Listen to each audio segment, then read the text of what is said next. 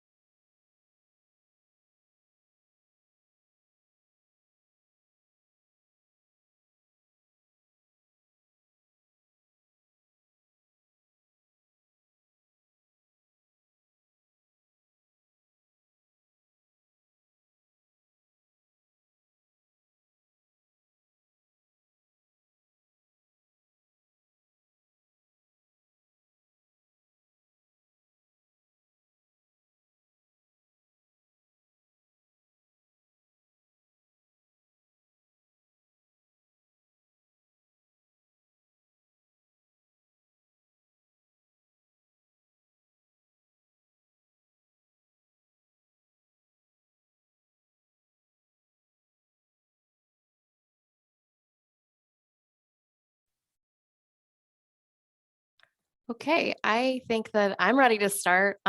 People I'm sure will be jumping in as we go, but I appreciate you guys joining very promptly, and so we can get started.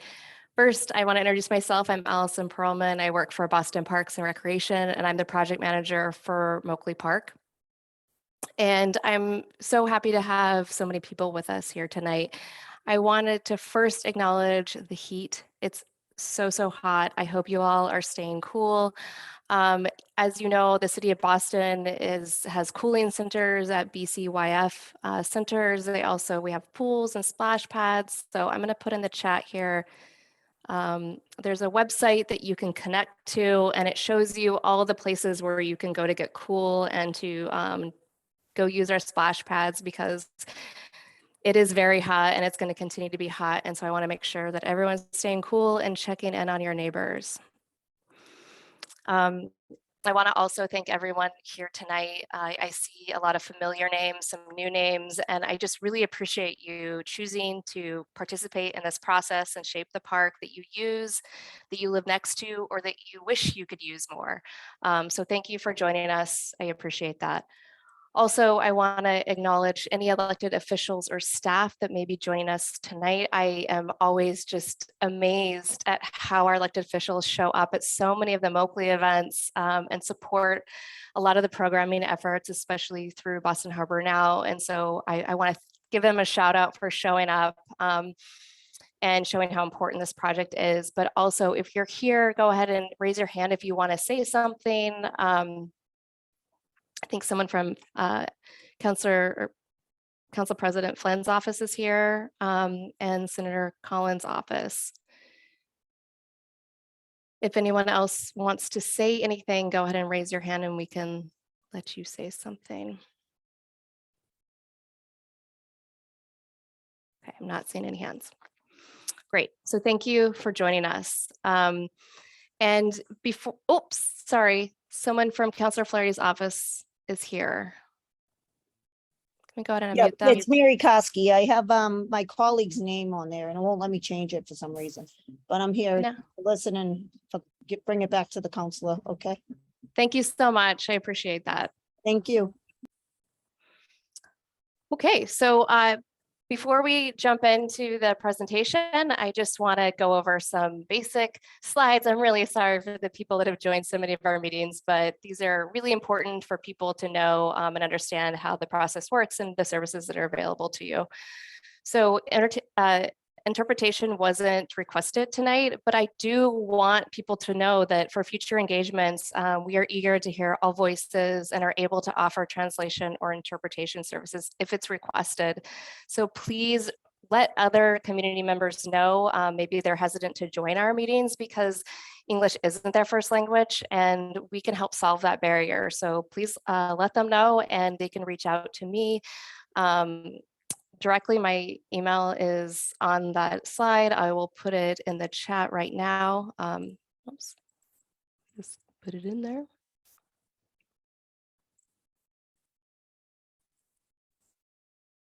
There we go. And we can get that service for the people that need it. Next slide. We're recording the meeting and we'll post to the project website within a week. Please share what you learned tonight and direct your neighbors, friends, and family to visit our website for them to view when their schedules allow. And I will put that in the chat as well. This is really the website for all things Moakley. Next slide. We want to ensure this conversation feels accessible to everyone, and each one of you feels comfortable sharing your questions and comments. Please be respectful and mindful of others' time when you're asking questions, so that everyone has the opportunity to participate. And I really appreciate people keep the questions project specific and not personal to encourage a conversation that's solution driven.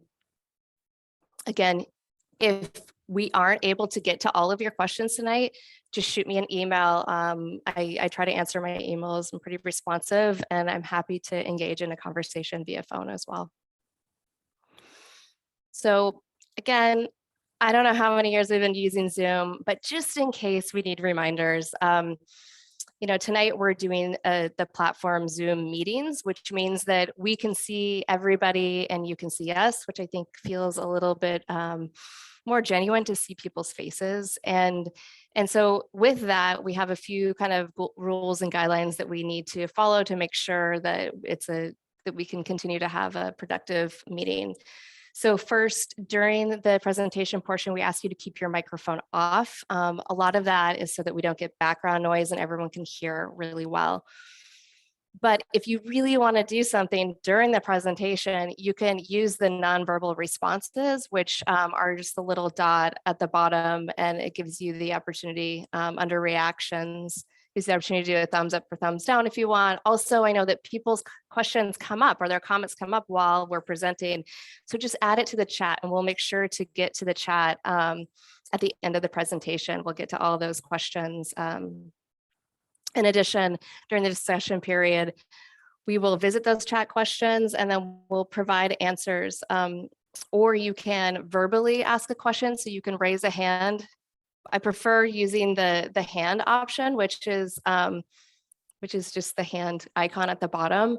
If you can raise that up, if you can't figure that out, just raise your hand and we'll be looking through. And then once we call on you, you can unmute yourself or we'll unmute you and you can ask your question. I don't see anybody on the phone. Oh no, there is one phone number. So if you're on the phone calling in, then you can use *9 to raise your hand and *6 to unmute yourself. But please note that all the questions should be held to the end so we can kind of get through a lot of the material. So tonight I'll introduce our project team. We'll discuss why we think Moakley Park is so important. We'll provide a brief project overview and talk about the engagement work that's happened since the last meeting. We'll dive into details of phase 1 design, which I imagine is why everyone's here. And then we'll wrap up with next steps, at which point we'll open it up to the question and answer period. Let me just go back one more. So I want to note that the design that we'll present today is really an accumulation of years of work, both by the design team and the community. In consideration of your time tonight, the previous work will be very brief, but for those of you new to the process, there's a wealth of information on our website. Please visit that. And if you have follow-up questions, just send me an email. Okay. So our team, our beautiful team here, we have an exceptional team that has brought so much expertise to the table, and we feel fortunate to be working with them. First, I want to acknowledge the city team. I worked very closely with Commissioner Woods and the Chief Landscape Architect, Liza Meyer, who have been integral to the Moakley Park project from the very beginning. They've provided guidance on design, operations, maintenance, and park partnerships. I also want to recognize Christine's not here today, but we are lucky to have another park moderator who will be helping in terms of technical expertise for Zoom. And then we have Jen McKeem from Boston Harbor Now. Jen is the community engagement specialist, and they have brought a whole new realm of programming to the park that we couldn't have even imagined. They have brought programming that you may have seen in the last month and we'll talk about, and that has allowed us to expand who's at the table and who gets to be involved in this design process. So thank you. And then we have the design team, which is led by Weston Sampson and Stas, and I will let Sherry introduce the team. Thank you. So I'm Sherry Ruane. I am a landscape architect and I'm the principal in charge. And I'll just introduce Jonathan. He's the project manager, also a landscape architect, and I will pass it over to Chris. Hi folks, good evening. Chris Reed from Stas. We're the design landscape architect, and working with me is Allison Wright, who's the project manager in our office. So nice to see you all.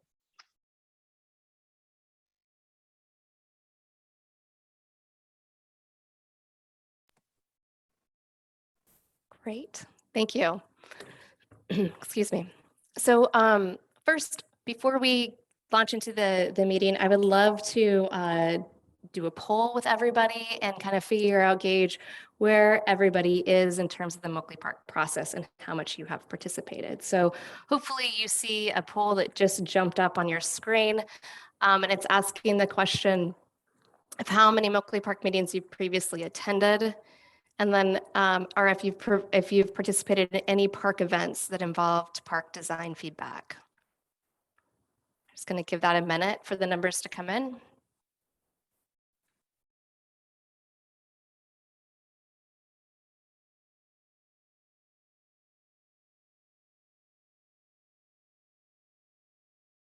Okay, looks like the numbers are slowing down. So it looks like mostly people have attended meetings that are in attendance tonight. There's, can everyone see the results of the poll? So it looks like there's only 20% of people that are new to the Moakley Park meetings, and a majority of people have attended at least one meeting, although we've had a lot of meetings. So I guess there's probably, a gap in terms of knowledge of what you have learned in the process. And then also there's quite a few people that have attended the park events as well, and provided design feedback. So that's fantastic. So that's helpful for us to kind of understand how to present. And again, I really recommend that the people that are new to this process go to the website if you're interested in this project and learn more from there, because there's so much great information, and we try to document the community process as best we could so that you could see the diversity of comments that we're receiving. Okay, so why Moakley? Hopefully most of you tonight that have joined us either know where Moakley Park is, or you've actually been there and you use the park yourself. So we really believe that the greatest asset we have are the current infrastructure within and adjacent to Moakley Park. The park is adjacent to one of the best urban beaches, in my opinion, around Carson Beach, and it's next to Boston Harbor, but it's also surrounded by a vibrant, diverse community. Moakley Park is 60 acres. You can see in the left-hand image there, it's a huge urban park that's really pretty close to downtown Boston. It's pretty unheard of to have this much open space near the water, near downtown. It's also right now primarily serves as a recreational athletic facility, and it's a significant open space that serves South Boston and the surrounding neighborhoods. The picture on the right is taken in November of last year, showing significant flooding. And as we look to the future, this flooding is projected to increase. We believe the park can continue to provide recreation and also reconnect the community to each other and the waterfront and protect our neighborhoods from flooding and heat. So with that, I'm going to turn it over to Sherry. Thanks, Allison. Excuse me. So just very briefly, as Allison mentioned, we're not going to spend too much time on what's been discussed before, but where we left off is this was the schematic design, the conclusion of schematic design. And just to cover generally, it is the position of Moakley Park within the neighborhood and in proximity to the harbor makes it ideal as a flood protection positioning. And so that red dashed line that you see moving through the site is a flood barrier, which will really help protect much of South Boston behind it, and is really the first in many links that will be taking place and taking form in the coming years along the harbor front. And then within the park, there's a really wonderful diversity of experience and spaces, unlike any other park in the city. And while certainly there's still a very important component of active recreation, which you see essentially dispersed through the site in rooms, more or less. So the premier multi-use field, which is a ball field with a rectangular field in the outfield, rectangular fields, the other ball fields, and then of course the arena and stadium at the end in a refurbished form.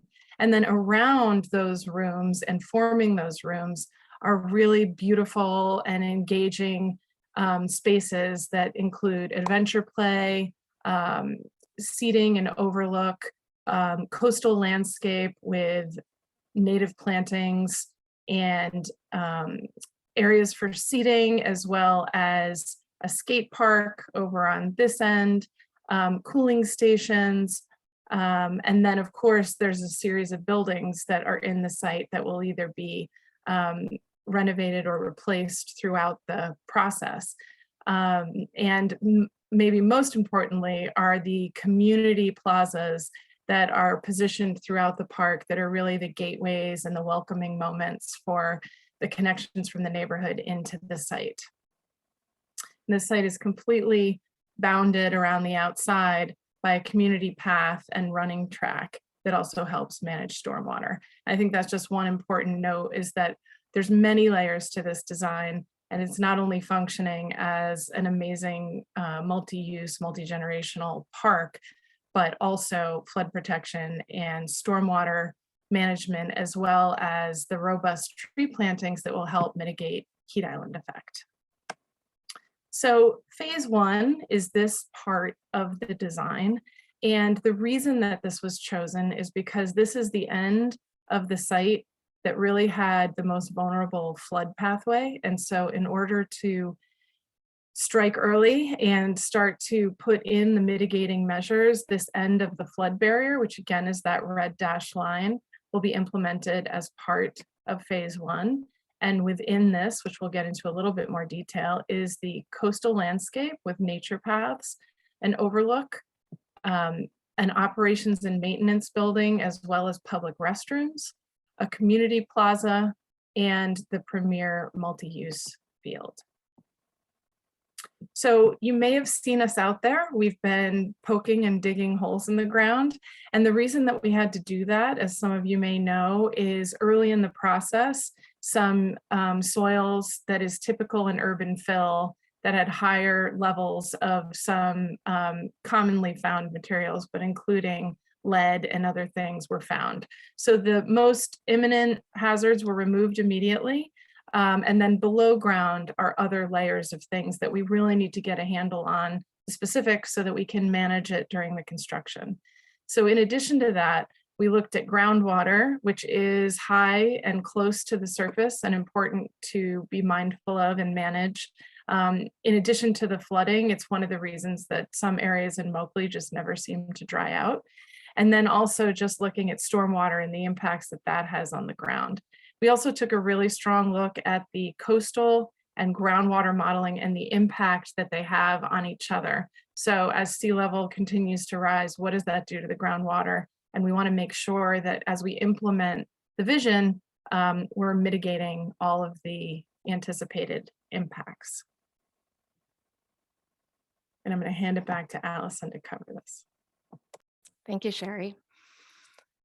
Okay, so what you see in front of you is the list of engagement events and early action items that has happened since last meeting, which is just March. And I feel so good about this. As you can see, we've really, from the beginning, we have used a multifaceted engagement strategy since 2018. Where we reached a lot of people, and we continue to evolve that process through the help from our partners at Boston Harbor Now and South Boston Neighborhood House. From this engagement, we've learned a lot from you, the experts of your own neighborhood. But as I mentioned, this slide shows just what's happened since March, which is pretty exciting that there's been a number of touch points to meet people where they are, to provide programming and listen to what people envision for the future of Moakley Park. So we had the BioBus engagement, online surveys, the Boston Cyclists Union Pride Ride, Carson Beach Team Bash, Mary Ellen McCormick's Summer Sizzler basketball tournament, the community meeting tonight, and then the monthly park cleanups continue. I want to say that 5 out of 7 of these were coordinated by Boston Harbor Now. So thank you to Boston Harbor Now. This really speaks to the importance of partnership and expanding our ability to involve more residents in the community process and shaping open space and waterfront design. I also want to highlight the early action items that have happened since March. Basketball court resurfacing over at the McDonough courts, expansion of the community garden, and as I mentioned, the park cleanups continue. So I will shout out to Jen, and I'll turn this over to Chris. Actually, I'll take this one and then I'll hand it to Chris. This is just a little bit of more of a zoom in on the phase 1 area. And I think it's helpful just to understand the vast diversity of spaces that are going to be included in this, from really small intimate seating areas to big open fields, to winding paths through the coastal landscape, to plazas that will allow for community gathering, birthday parties, barbecues, as well as the importance of that operation and maintenance building that sets up the success of the park by having the maintenance staff close at hand, and the importance of public bathrooms. And I think another thing that this first phase does is really starts to connect across the park. We were starting to hear a lot through the community process that it's hard to navigate through the park and it takes up a big footprint. And so in this case, you start to see pathways that are moving through from the neighborhoods into the park and accessing all of those different components. And just to share a little bit about the community engagement that we've heard is that most people do walk to the park and they're there at least once a week. A lot of folks are walking and jogging and playing sports, but there are a ton of things that happen in this park, which just speaks to the importance of it as a part of the social infrastructure and resource to the community that it is. And then you can see on the side how many people weighed in based on the size of the zip code. And now I will hand it over to Chris. Great, thanks, Sherry. So all that feedback's been super helpful for us as we continue to evolve and refine the design elements within the park. And what we want to do tonight with you is talk about refinements to 3 primary areas in the park and get a little bit of your feedback. The first is the overlook in the coastal landscape. The second is the premier multi-use field and the areas just immediately around it. And third is the community plaza, the entry plaza for this part of the park. Next. So we'll start with the overlook in the coastal landscape. And what you see are the results of multiple parts of the community engagement feedback. It's giving us a lot of great information to help us refine the designs. So starting in the upper left-hand corner, we're getting a lot of interest in making this a relaxing place, a place to enjoy the view which is really important, and also a communal place, a place for people from the neighborhood to gather, to celebrate, to picnic, to barbecue. The kinds of features that we're interested in are things that bring shade or shade structures, picnic tables, lounge chairs, barbecue, maybe a little bit of informal play as well. People seem interested in learning about coastal animals, climate solutions, and coastal plants, which is really great. And that's what the coastal park is really about. And then the question, how do you want to chill here, right? And the three most popular responses, taking into account the waterfront views, which are fantastic from this elevated location. Again, shade structures. And third, a barbecue area for gathering for families of different sizes and types. And then all of this could be enhanced by learning opportunities through informational signage, predominantly perhaps some interactive exhibits. So that has started to shape this is the view of the coastal landscape and the overlook that we presented during schematic design. And so you start to see excuse me, the quality of the landscape and the fact that we are at this elevated location to see out over Dave Boulevard, across Carson Beach into the harbor. And I think it's going to be one of the first opportunities people have from inside the park to really see all the way out to the harbor. Next. From the feedback, again, there was an emphasis in overlook seating and picnicking, and really thinking about a variety of seating there, some seating that was with picnic tables, some that had backs for people. We heard a lot through the process the last couple of years about collective picnic tables, not just small ones, because people's families are bigger and they like to bring lots of friends, a barbecue area. And we also heard a lot about bird watching and nature education, just being out in nature. As primary priorities. Next. And so this is the refined plan of that area of the park. The area pretty much on the top that's colored green is this coastal landscape. And the way in which we're designing that are a series of nature paths through a landscape with rises and falls, beautiful native vegetation, a few pitch pine trees here and there, but you're really getting the sensation of being on a waterfront in a habitat that's going to attract birds and bird watchers alike. The barbecue area has been consolidated. It used to be 2 spaces, 2 lobes, and from some of your feedback, we decided to pull it all together. So the left side of that overlook has a number of barbecue tables and grills of different sizes to accommodate different groups of different sizes. You can see a sprinkling of trees on the left-hand side. At the right-hand side, there are a lot of trees to really create a shady grove. And then along the edge of the overlook, you can sit on a series of seat walls that again offer views both of the harbor and of the coastal landscape right in front of that. The other piece of this is the orange lines just to the right of that. These are opportunities for, again, being immersed in that coastal landscape, being able to engage with the nature and the birds and the vegetation that's there. So we've spent a lot of time really refining this, consolidating, so you get these amazing views of the new coastal landscape, but more importantly, amazing views of that harbor. And we can do that in a kind of collective and celebratory way at this overlook. Next. So I'm going to talk a little bit about that multi-use field.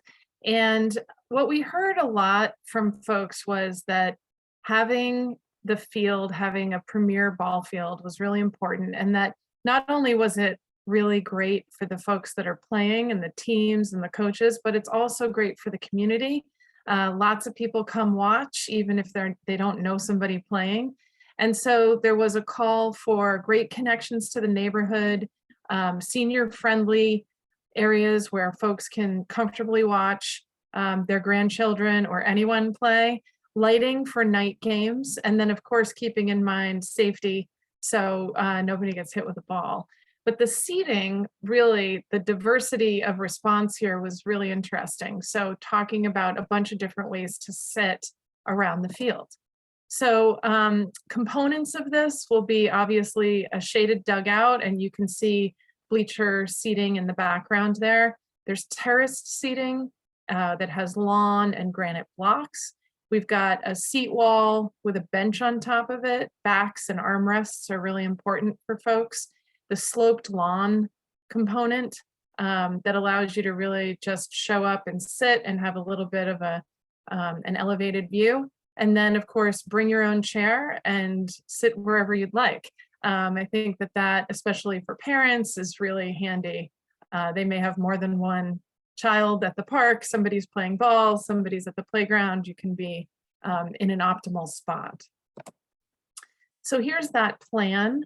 And obviously the Premier Field is central to this, and you can see the overlay of the rectangular field here, which allows for a lot of different sports to be played on this particular site. There's a lot of different parts and pieces to the ball field. There's lighting, there's a scoreboard, there's a batting cage, there's bleachers and dugouts. So that is all consolidated into this area. And then you can see surrounding the ball field are these areas that then facilitate more seating. So here's some of the sloped lawn that you saw images of, backed by trees that will provide shade. We also have benches that wrap some of the seating lawn areas. And then another area where we've got that terraced lawn that has the granite boulder seat walls with lawn in between, bleachers, and then the benches, which are interspersed through all of this.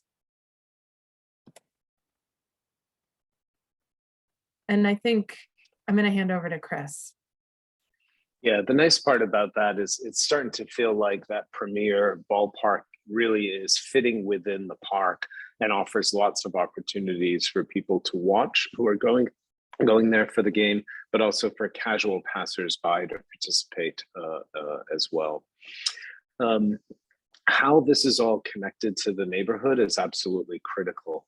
And so what we've outlined here are a series of neighborhood to park connections. And what you can see is how those pink arrows, which are really the existing crosswalks, the top one is at Old Harbor, the bottom one is at Mercer, and there are two in between. All of those crosswalks now have a direct entry into the park itself.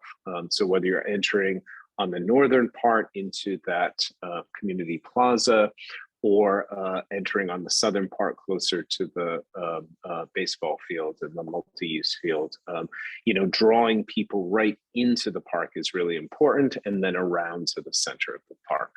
Next. We want to make sure this all feels very much knitted to the neighborhood. On the community plaza itself, this is actually one area we didn't program in schematic design, and we left for this moment to really figure out what you all wanted to do here. And so we asked a lot of questions. What types of programming are you interested in? Top left, you can see food trucks, pop-up food vendors. Food was really popular. Flexible programming in some cases, arts and culture, even recreational interest was important. How do you want the community plaza to look and feel, right? There was a lot of comment about nature inspired. You see lower down, vegetative and lush, right? A lot of discussion about lush environmental gardens. Definitely wanted playfulness in it, wanted it to feel welcoming with integrated furniture. In fact, we had commentary here from multiple kinds of furniture, whether it's flexible or integrated or the like. And we also heard a little bit that once you get in there, you want it to feel a little bit enclosed and intimate as well. Ornamental grasses, native plantings. You can see this idea of seasonal gardens and plantings is really rich and continues to come up. and a lot of trees, which is really, really important. And we'll show you some of that as well. You want to see things like seasonal gardens, shaded seating, shaded swings, spaces to explore, and even water play. And then finally, the array of activities, again, gardens, seating, perhaps a small performance area, a splash pad. And we had some response too on a basketball half court, which was great. So what we've done is then looked at some of those elements next. You can see these are some of the top responses, but we've integrated others. Interactive, flexible plaza space, some lawn for flexibility and play, varied seating areas included swings, and also garden features and lush vegetation. Next. And so, whoops, there you go. And so we've started to design the outline or the framework of this in a couple different ways. The orange pathways, again, show you how you enter from the crosswalks and get into the main part of the plaza. You can see the plaza is immediately adjacent to a parking area. And so that's a great place for food trucks to be able to conveniently come right up to the edge. In the options that we'll show you, you'll be able to see a lot of trees on the left-hand side with the community path and the running track. You'll see some options for a lawn area. Both will have water features. Both will have some area for a flexible plaza. Both will have some combinations of seating. Both will have some seasonal gardens. And importantly, to the upper right, we have included that half-court basketball right in the center as well. Next. And so option one here is an option that really focuses on a little bit more lawn space and a few seating areas as well. So on the edges, you'll notice on the edges of each of these green triangular pieces, we've labeled those as gardens. So as you enter from the city, the back edge of those spaces will all be lush gardens, and then those will open up to lawns. The one in the middle of the plaza will be relatively flat for play with a seat edge. The one just below it, the two just below it near to the baseball field will actually be sloped. So you actually get a great view out to the baseball field. You can see integrated seating on the edges of the pieces. Those are the orange lines. You can see here a central water feature. You can also see the half-court basketball. And then the orange squares are the idea that you could set up a number of tents or other kinds of activities for flexible programming. So this one really emphasizes lawn, plaza, seating, but it still includes some of the other elements like garden features that came out of the community engagement. Next. And this one, you'll see that this version has more increased garden space and more plaza. So there is more flexibility here. There's a little bit more paved area. You'll see here, so this area now is all garden, and the sloped lawn is really focused more in this area towards the ball field. There is still a central water feature, but it's slightly rotated and moved off to the side to create more of a central space for plaza that could host here farmers market or some other event, as well as a varied collection of seating. This is more cafe table and chairs. This has got benches, some are double-sided, the seat walls integrated into the landform. And you can see here over at the half court, this is really starting to feel more like a node with seating, elevated seating to see the basketball court and really make this feel its own space. And then there's some seating around these trees here to support the water feature. And you can see on this side, the areas that are larger here are the garden features and the seating areas, and the plaza space centralized with less open lawn. And these are some of the options that are available for the water feature. You can see here, this one is integrated. They're ground jets, so when they're not on, It's a plaza, and here you can see sort of the variety of seating with a seat wall enclosing the area. Here, similarly, ground jets, but this pavement is specialized and is specific to the fountain itself, the water feature itself. Here with stones, it's a little bit more of a naturalistic feel. Again, you can sort of see a hint of garden space in close proximity.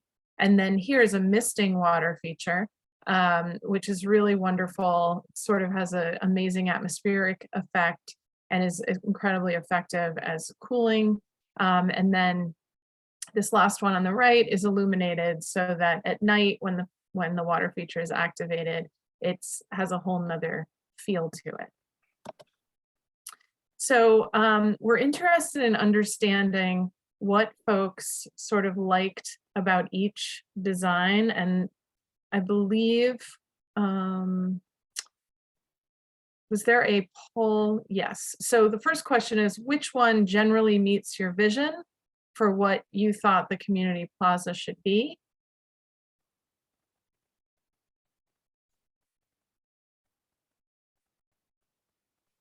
So those water feature images look tantalizing on a day like I today. know. One I of the know. things we want to do with that is to make sure it doesn't feel like a kid's playground water feature, that it's really part of the plaza space and any of us can run in and jump into it to cool down.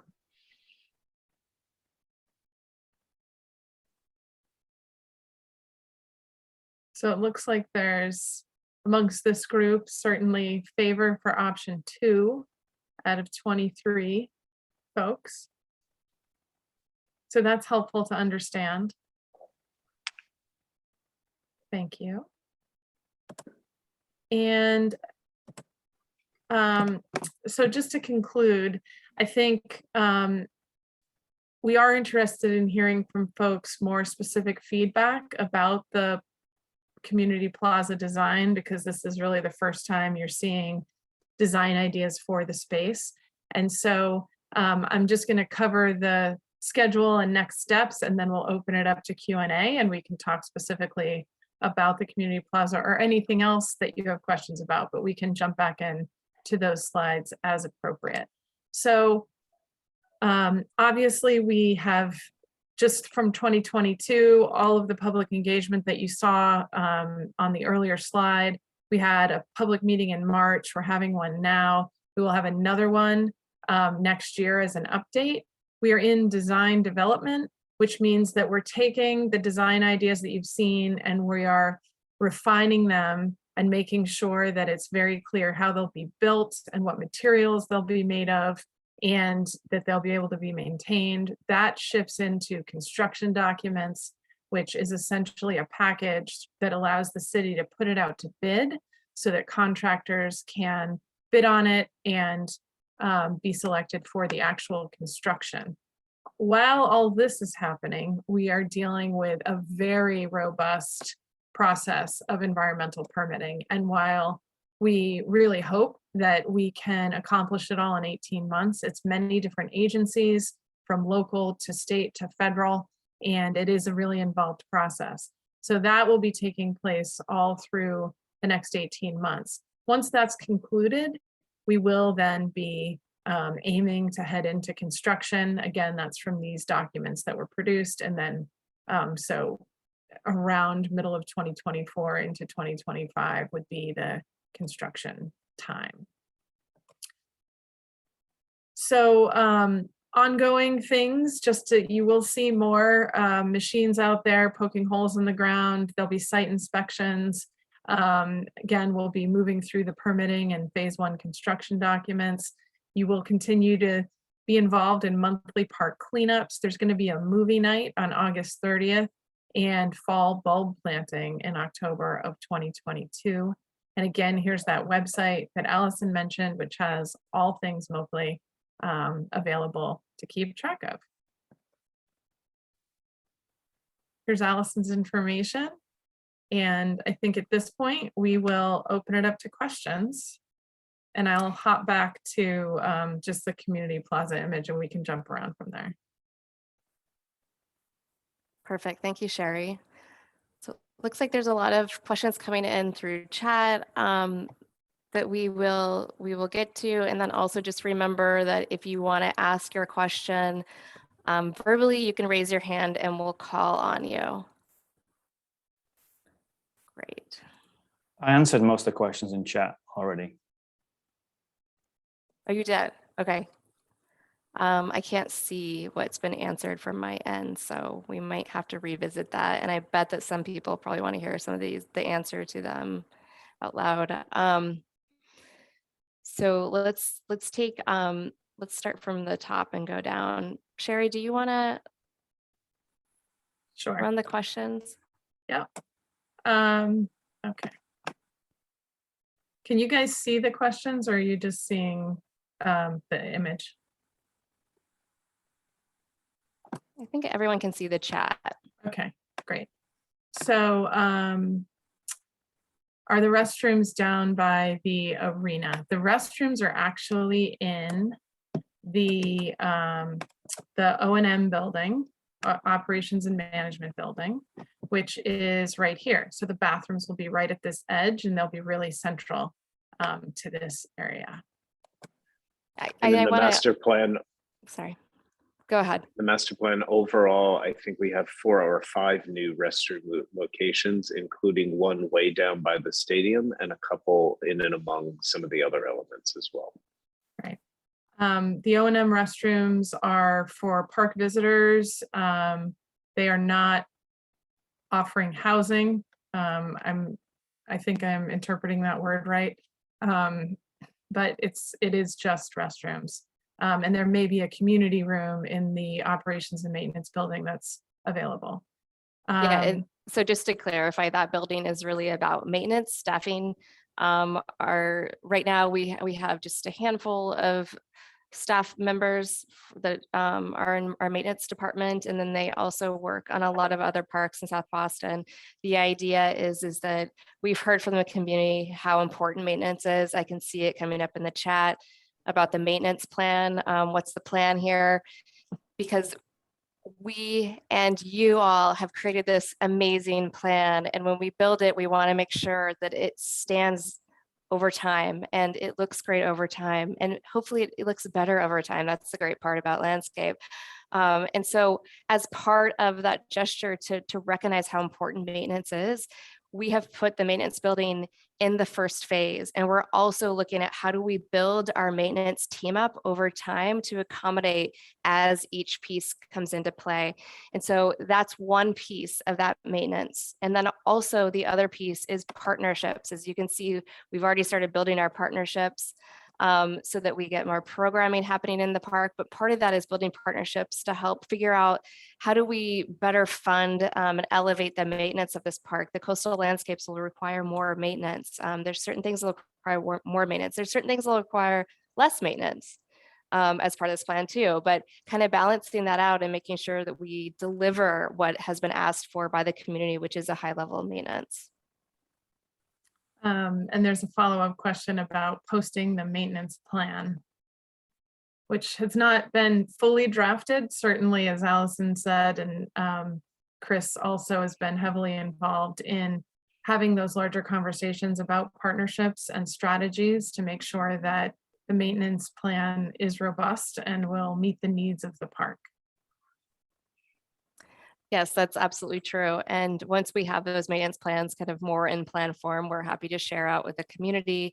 And, obviously we will not be able to start construction of the phase 1, in particular, the coastal landscape, until we have those maintenance plan for this particular area down and ready to be delivered to the public. That's right. How high is the elevated area? So the elevated area is the flood barrier. And the design flood elevation, as it's called, is actually 22 feet above sea level. And just to give you a sense of the elevation of the park now, where this ball field is shown, it's about 15 or 16 feet above sea level. And so this barrier is, 6 feet above where this sits now. But it is being integrated into the landscape. You'll see slopes, planted slopes around it. and paths that are gently sloping and fully accessible to get up to this elevation. So all of these paths are gently sloping to connect back to the surrounding landscape. It is hard to see the elevations, that's true. And a lot of this is conceptual grading through design development and construction documents. Those will all be nailed down. But again, this is roughly 22 feet. These slope down into the surrounding area, which is generally 15, 16. In some places it's a little bit lower, in some places it's a little bit higher. So this is a good question for Allison. Will South Boston residents have first preference for permitting for certain areas of the park? Yeah, that is a really good question. We've talked a little bit about permitting. We're not quite in the phase yet where we've developed the operations plan, but from what I understand is that we're going to be working really closely with the director of permitting at parks and the community to kind of better understand how do we set priorities for the South Boston neighborhood and youth. So yes, I imagine that there will be some priority for direct South Boston neighbors. In this plan, Dave Boulevard does remain for now, but absolutely, as the question sort of harkens back to the larger vision plan where Dave Boulevard was either completely turned over to pedestrians or at certain times of day or the week, and that remains, I think, part of the larger transportation strategy, part of the conversation. I'm sorry, I want to make sure, because this keeps coming up and I feel like in the media too about Day Boulevard and what's happening with it. And I just want to be really clear that, Day Boulevard is state-owned roadway and parks will really rely on the state's determination for what the best path forward of that roadway is. But I do want to acknowledge that the city recognizes the future climate projections that we're seeing. And so we are making sure that this plan can adapt to that. And that when, if the environment changes or public interest changes or Day Boulevard and the DCR and the state decide that, they're going to rethink some of the traffic routes, maybe through this current Mass DOT study, for Morrissey and Case Circle, then we are going to be prepared to help support those decisions and to provide the best possible open space connections that we can. And I want to also, as tie on to that, someone had asked about transportation and access, better access to the park. That kind of goes hand in hand with, from the beginning, we heard loud and clear, and basically, it's just good city practice to reach out beyond our jurisdictions. We heard from so many people how important it is to access the park. It's a challenge right now, whether you're taking public transportation and trying to access the park from the JFK station or Andrews Square, or just directly across the street, Mary Ellen McCormick residents and Old Colony. And then how do you get through the park and then to the beach is a real challenge. And it's, definitely safety concerns. And so we've heard that, we've listened, and we are actively engaging with all the many planning efforts that are happening around this park that involve the roadways that are around it. And so we're working closely with the state and some of their studies and making sure that your concerns have been elevated in those rooms.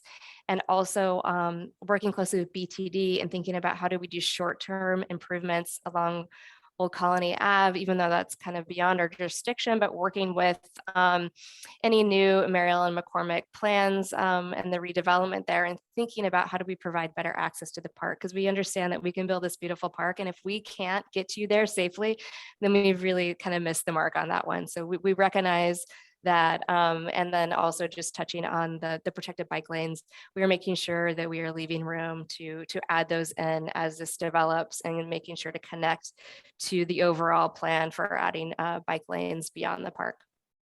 Great. And I think this question, again, just about long-term maintenance, I think Allison answered that. It is certainly a priority and more to come. As you may have seen, the premier field from home plate to the corners here is 320 feet. I do believe it's a little bit deeper in the pocket, but essentially we fit in a large ball field with lighting, and the intention there is that it serves as many people as possible, but this is really the destination field in the area. A farmer's market for people in walking distance, absolutely, that community plaza. And great point about loving trees in the shade, balancing it with security. Absolutely making sure that we are designing this so that there are clear views in taking into consideration the implications of the grading, the earthwork and the garden spaces, so that people can feel safe, see in and out of the park, and not feel like they're hidden. There are lights being proposed within the park, and that there'll be a whole variety of lights. There'll be pedestrian way lights, there'll be taller lights for bigger pathways, as well as the ball field. And I don't know if cameras have been discussed yet. I know they come up in every park. Allison, I don't know if you have a comment on that. Yeah, cameras, parks generally doesn't plan for cameras in terms of it's our design move. It's really led by working closely with BPD. The state would also potentially be involved depending on where the cameras could be located, and then working with community leaders to make sure that that is the best thing for the neighborhood and the residents. Some people feel very strongly about cameras, other people do not, and so we really just need to get a pulse. This is actually the first time that it's been brought up in a public meeting. So we'll take a look at it and we'll work closely with the community to figure out the right fit. Nice comment about the flat lawn not being programmed. It absolutely will be used by kids, by anyone. I think Allison answered this, just the traffic safety standpoint and making the community feel safe. That is a really important component. And making sure that crossings are safe and that all of the possible tools in the toolbox are used. And I do believe that there are protected bike lanes being proposed. And the idea there is that you've got the protected bike lane, the community path, and then the running track all right adjacent to each other at the edge. What is currently funded? Allison? You don't want to answer that? Yes, so right now, I just want to recognize that this is, our vision, and I think working with the community too, is understanding that like this whole entire project is going to be a phased project over time. And part of the reasoning for that is just making sure that we're not displacing too many users at once.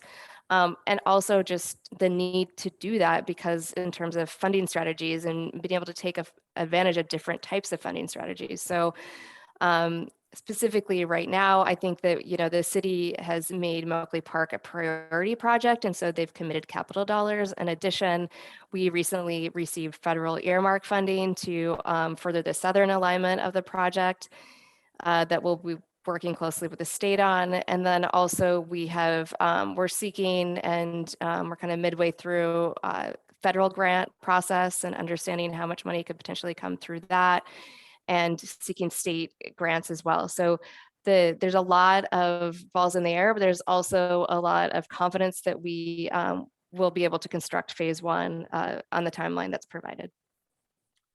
The street hockey rink is still a part of the plan. It's just outside of phase one and it was refurbished not too long ago as a part of the city's various courts contract. So that is where that sits and it still remains. Parking is located right here. And some of that parking will be for the maintenance staff or actually in this area. But this will have parking. And the access is right off of Babe Ruth Park Drive. And then the parking is within this zone right here and will be treed as well. That's the parking. Oh, great. Thanks, Jonathan. So no new parking. This lot is actually new. It is a proposed parking lot. There's not an EMS or police substation proposed right now, but yeah.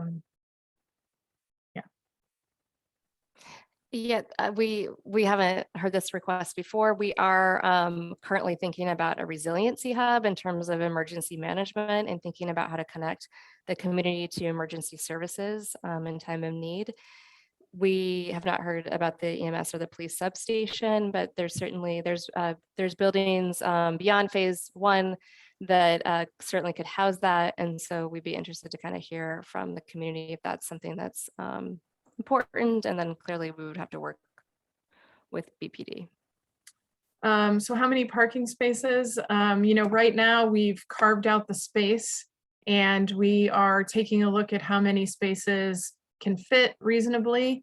And it's also going to be a flexible space. You can see here that we've indicated some food trucks, they could sit there. This could also be used for a big event. It could spill over into the community plaza. So those final decisions will be made in the design development, as well as to your question about an EV charging station. That's the first time we've heard it and certainly will be taken into consideration. The current traffic studies that have been done for the whole area have heavily influenced the decision making, and we are working with Howard Stein Hudson, who is our traffic subconsultant. And they're looking at all of these different options. And so they're reviewing this sort of as the design is evolving. So I'd say there isn't a large traffic study that's just devoted right now to this phase one, but there certainly are many traffic studies that exist around the traffic circles and then the potential future improvements that have been vetted.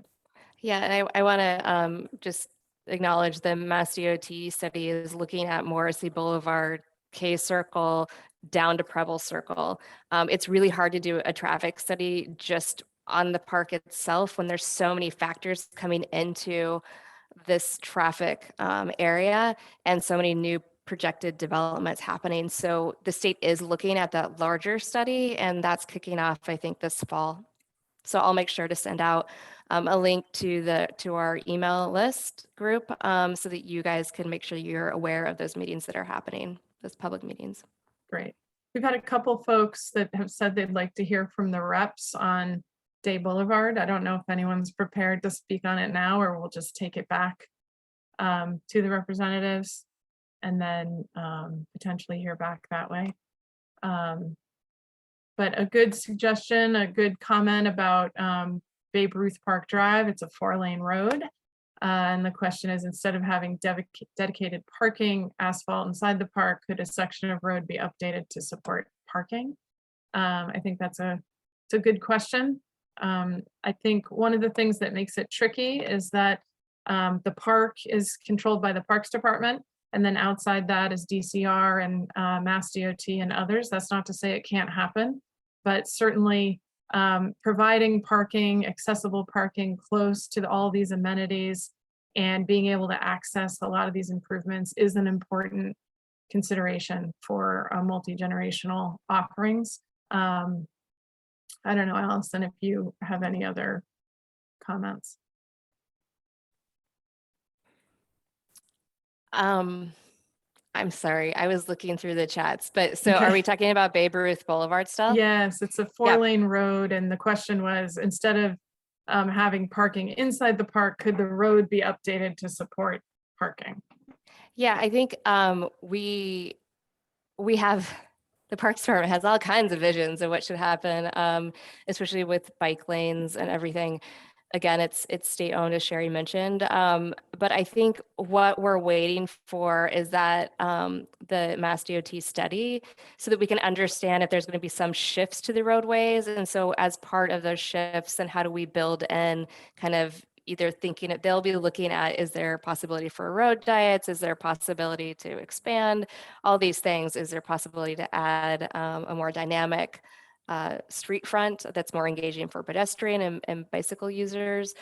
So they'll be looking at a lot of those things. And I think that we're really looking at them to take the lead on that. And then once that study comes out, also kind of looking at, well, how do we start to think about, is there on-street parking? Is that the option as well? And can that supplement the parking? I think overall, the city is really focused on not expanding parking and not expanding opportunities for people to drive to places, especially in this neighborhood, but really just trying to push people towards public transportation and biking and walking, and making sure that we're not increasing traffic volume substantially, because we recognize that it's important for sports teams to be able to drive to the park because they're carrying so much, but also that we don't want to put an undue burden on the neighborhood. And with all the city goals of reducing our emissions, we're really focused on trying to figure out better opportunities for public transportation. Great, thanks. And I'm going to ask Chris to chime in on this next question. So the question is, the higher elevations within the park might block some of the views that people have from the neighborhood side. And so is there a way to provide increased elevations in places on the neighborhood side of the park so the water view can be maintained? Absolutely, yes. Instead of a dead flat park that you have now, we want to create a really undulating park, right? That does have views from various points in the park, even closer to that neighborhood side. So there'll be moments where you enter the park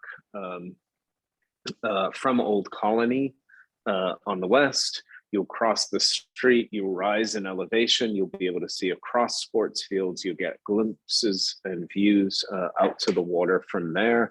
And then you can begin to move around. I think one of the highest elevations we're proposing is down at the stadium, between the stadium and Old Colony and Mary Ellen McCormick housing there. We want to actually create a berm in back of the existing seating to increase capacity, but also to allow for sunbathing and some extraordinary views out to the water. So there's a berm there just to the south of the label, just to the bottom of the label, called Saunders Arena. So that's a great point. And the idea that we can try to design these multiple views from closer to the water and from further back, I think is really important. Thank you. This is a great comment. Since many people bike to the park, will there be covered bike parking? I think that's an awesome suggestion. And blue bikes. And I think that's definitely something we can take into consideration. Will there be priority parking for residents? Again, great question. I think the parking will be prioritized for park users. And then I think that again, to Allison's point about parking, I think it's a larger conversation and goal within the city. Is the baseball field going to have a perimeter fence? Yes, there will be a perimeter fence and an outfield fence, but there will be access. So it absolutely will have lawn areas available when it isn't being used. But yes, having lawn areas around the field, more casual lawn areas around the field will also be important. And so that's something that we're taking into consideration in those areas. You also see on the master plan here, there are a couple other areas that will also have lawns. The multi-use fields themselves, the soccer and multi-use fields will be open to people, but there are areas in between those fields that have lawn. Near Saunders Arena, there's what we're calling a beachfront flex field. So that's a bigger open lawn that will not be permitted for sports teams at all. That'll be the biggest of the flexible fields. I spoke about the sloping lawn near Saunders Arena. There'll actually be one on either side of it. So great places for sunbathing, great places for kids to play very casually as well. So really a number of places. I think actually near the community center at the North Entry Plaza, there are small lawn areas integrated there as well. So we're trying to provide these in various places around the park for just that kind of informal play that you're talking about. Will dogs be allowed? If so, will they be enforcing the leash law? Dogs. I love this question. We always get the dog question. So I was just talking about this today, and not specifically for Moakley Park, but in general, I think again, we're working on the operations model. This goes hand in hand with permitting and thinking, kind of rethinking, how do we permit? How do we deal with off-leash dogs? And, you know, there is a dog park just north of the park on state property that's fenced in, but we also recognize that dog owners, especially with larger dogs, like to let their dogs run off a leash just for exercise, and that we can't possibly build a dog park that big and you know, take that use from other users. So I think yes, right now we would imagine that the current policies of dogs on leash would continue. But I think we are exploring maybe off leash hours and thinking that through with the community more before we come up with any kind of policy to see if that could be a good fit for maybe earlier mornings, so that, you know, we do recognize that this is a use. It will continue to be a use. So maybe we provide a time where people know that that's going to happen. You know, I think that that could help people plan where they are in the park or what times they come to it. So we'll be looking at that, and we'll be working with the community actually throughout the greater, you know, city, but also working directly with South Boston residents to kind of understand the use. And the last question in the chat was, what are the dimensions of the lawn areas? And just quickly, this is about 100 feet in this direction and probably 120 feet this way. And so just estimating here, we probably have 150 feet, maybe by 80 feet. So, you know, they're generally significant, you know, spaces with enough area. And then to Chris's point about these larger spaces, you know, this is the size of like a U10 field. You can see it in relation to this full field at the stadium. So this is a much larger space. And then as the next phases are built out, you see that, you know, you're getting larger rectangular fields and outfields. And also keep in mind, when phase 1 is built, the park itself will remain. The rest of the park is huge, wide open swaths of lawn right now. And so there will be a lot of flexible lawn space in the short term as the park evolves. And I think that was it for the chat. Yep. Great. I do want to, you know, speak to Mary's Oops. question in terms of lawn areas. I think you're right. Is, you know, understanding that the scale of this is really hard to understand when you're not in the space. It's hard to understand on a plan view. And so we are thinking about, you know, those lawn sizes and giving different scales to those lawns, because honestly, when I think about my kids who are 5 and 10, you know, a really big field sometimes feels weird to them. They don't want to run around a really big field. They want to run around a smaller lawn, and I want to have a bench nearby where I can watch them and people watch. And so we're thinking about all those different scales so that it's not just that, you know, the people that use the bigger spaces are the sports people, and then nothing else is happening in the park. We want to make sure that when those bigger lawns or the bigger fields are permitted, that there's other spaces for people to gather, because we want a diversity of people to be gathered in the park. We want every corner of this park to be activated, and not everyone's going to be playing sports. So there's places for other people to go where, you know, there's not permittees. So we hear you loud and clear, and we're trying to make sure that we offer those different scales. And I think that we'll, you know, continue to work closely with Mary and, you know, the community members to understand if that's the right fit.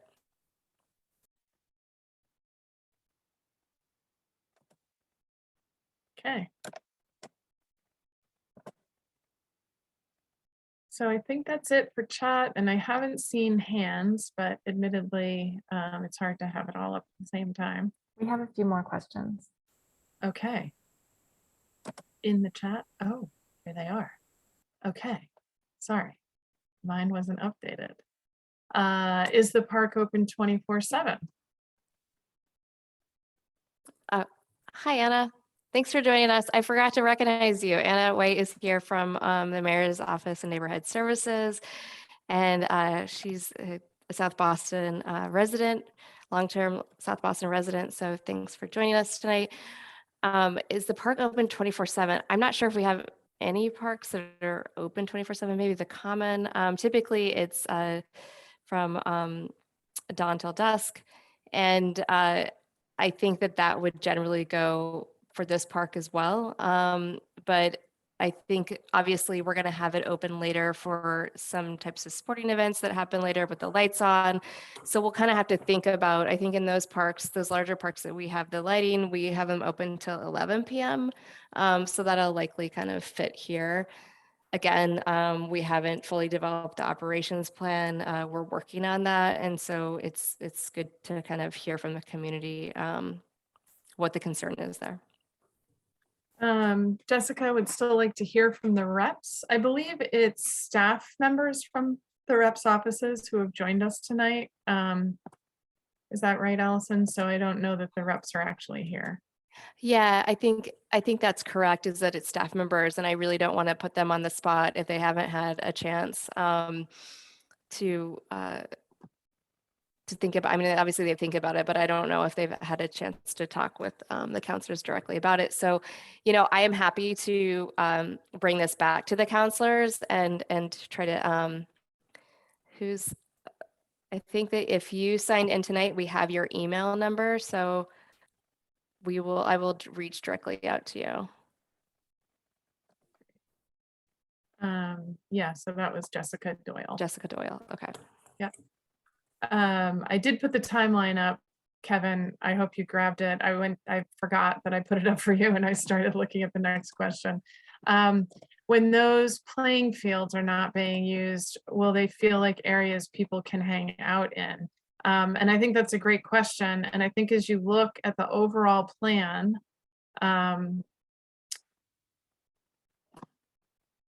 these soccer fields in particular will absolutely feel like places people can hang out in. There will be large open fields when they're not in use. And there will be a fence around the ball field, but again, this will be usable informally when not in use. And I understand what you're saying. The ball fields at Moakley feel very much like ball fields and nothing else. And some of that is, I think, because they're fenced, and that's a part of the construction of those amenities. But I think especially in this area and the smaller areas of lawn that will be interspersed throughout the site, they will absolutely feel like places people can hang out. Just to add to that a little bit, on the fields that are fenced, we can really think about where gates happen and how many gates there are, so that when it's not in use, that people can have direct access. But we've spent a lot of time trying to figure out how do we design these so they feel like it happens to be a field in a park. It's not a park full of ball fields. So the fact that we've got all these other elements immediately adjacent to it, the soccer fields are a great example with the adventure play immediately adjacent to it, right? We're trying to create really nice relationships between one program element, one space, and another to allow for that feel that people can spill out onto the fields when a game's not going on. Can bikes go through the park, or is it pedestrian only? I think that varies park by park, doesn't it, Allison? I know, for example, the Public Garden and Boston Common admonish cyclists, although there are many. Yeah, this is always a tricky question. I think primarily it's going to be pedestrian in the interior, and then there's going to be, the bike lanes on the exterior of the park, and that's mostly just to make sure that there's not conflicts with pedestrians. I imagine that if this, becomes what we all have hoped it will become, it'll be pretty busy, and so making sure that we're keeping that separation will be important. But like there's no biking at Millennium Park, and that's where people teach their young kids how to bike. So I think that there's a level of allowance in terms of if it's a young child learning how to bike, then we generally allow that use. But we don't really want cyclists cruising through the middle of the park at high speed. So we generally do not allow that. And the next question is speculation on the timeline for the remaining phases before or after 2030. It's a very specific date.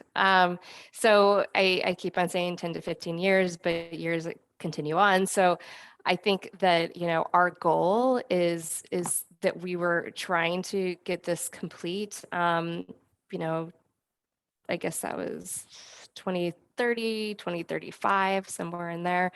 Um, so will we, hopefully we will make that timeline. I think most importantly, we recognize where the potential flooding is going to happen. And so we will make sure that those areas will be constructed prior to that 2030. And that's the next big kind of push, is making sure that that flood management barrier goes into place, both within the park and then as it extends off site.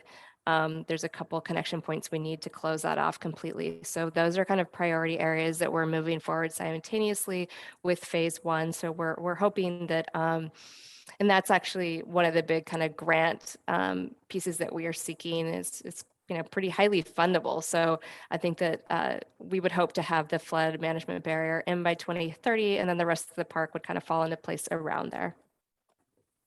And the last question I have up right now is, will this be a smoke-free park? And I believe all City of Boston parks are smoke-free. That's correct. I'd like some extended info about safety plans, and especially in light of recent police activity and large crowds across the street at Carson Beach.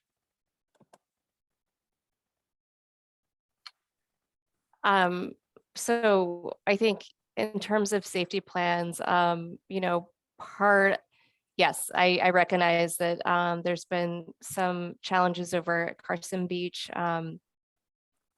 I also want to recognize that, part of the idea is building a base out here where the park is really activated at night and there's lighting. And so it is the safer environment. There's people around and it doesn't feel like it's unsafe. So the safety plans that we're thinking about is, one, visibility and making sure that those tree species are the right tree species that have higher canopies so you can see into the park. We have an access roadway through the park that the police can drive on if they need to they do it already, but right now they just drive through the park across the grass. So we've provided a kind of emergency access driving pathway that allows for fire access and police. In addition, we've added, we will be adding substantial lighting on multiple levels. And so that's both pedestrian and sports lighting. The idea is that we want to make sure to balance the light so that it feels safe, but it's not overly lit, because sometimes the overly lit parks make other spaces seem or appear much darker. And so making sure that we're balancing that light out and not also adding to light pollution in the neighborhood. And then, as we develop these plans, we're also working with Boston PD and understanding, are there things that, could impact safety in the park. But honestly, I think one of the big pushes is really just kind of the lighting and then increased programming and bringing people into the park so that we can increase that safety. Okay. How will you keep people from partying at night? We're having issues throughout the city with this problem.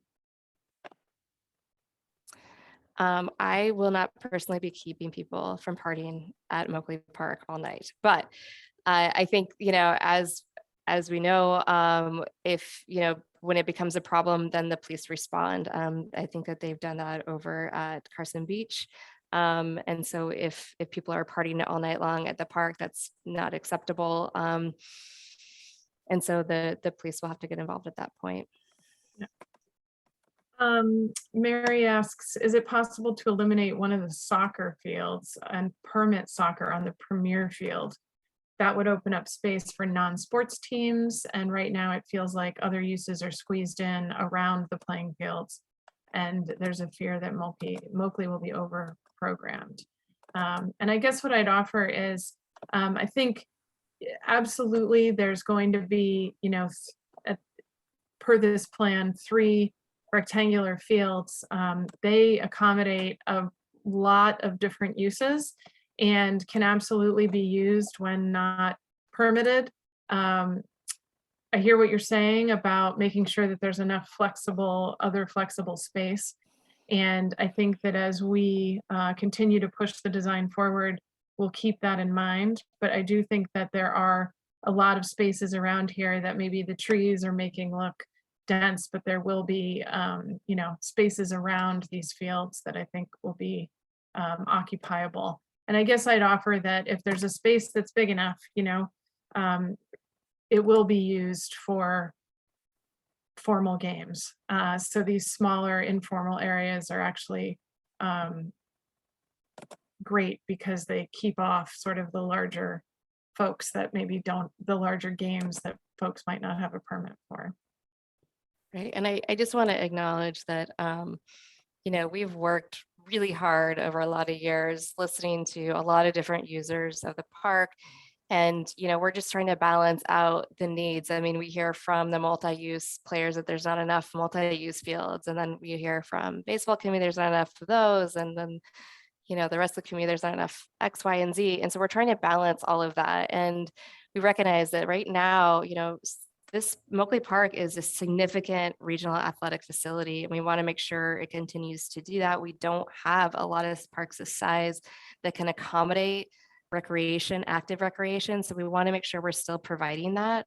But I agree, Sherry, with what you're saying is that there is quite a bit of open space on programmed lawns. And I think as we, dive into the other areas, we can start to look at those dimensions a little bit more and make sure that we have the right fit, especially as we move around to like Preble Plaza and understanding, is the plaza space scaled right? Is there too much elevation that's maybe less usable for folks? And maybe we can think about changing those elevations. So there's a lot of flexibility in this program. There's not a lot of flexibility in terms of thinking about removing some of the big fields, but there is flexibility in all these other spaces. And I think in the end, you'll be surprised at how much unprogrammed open space lawn there is for these kind of just like pop-up informal uses, even, playing Frisbee or just kicking the soccer ball around with your kids.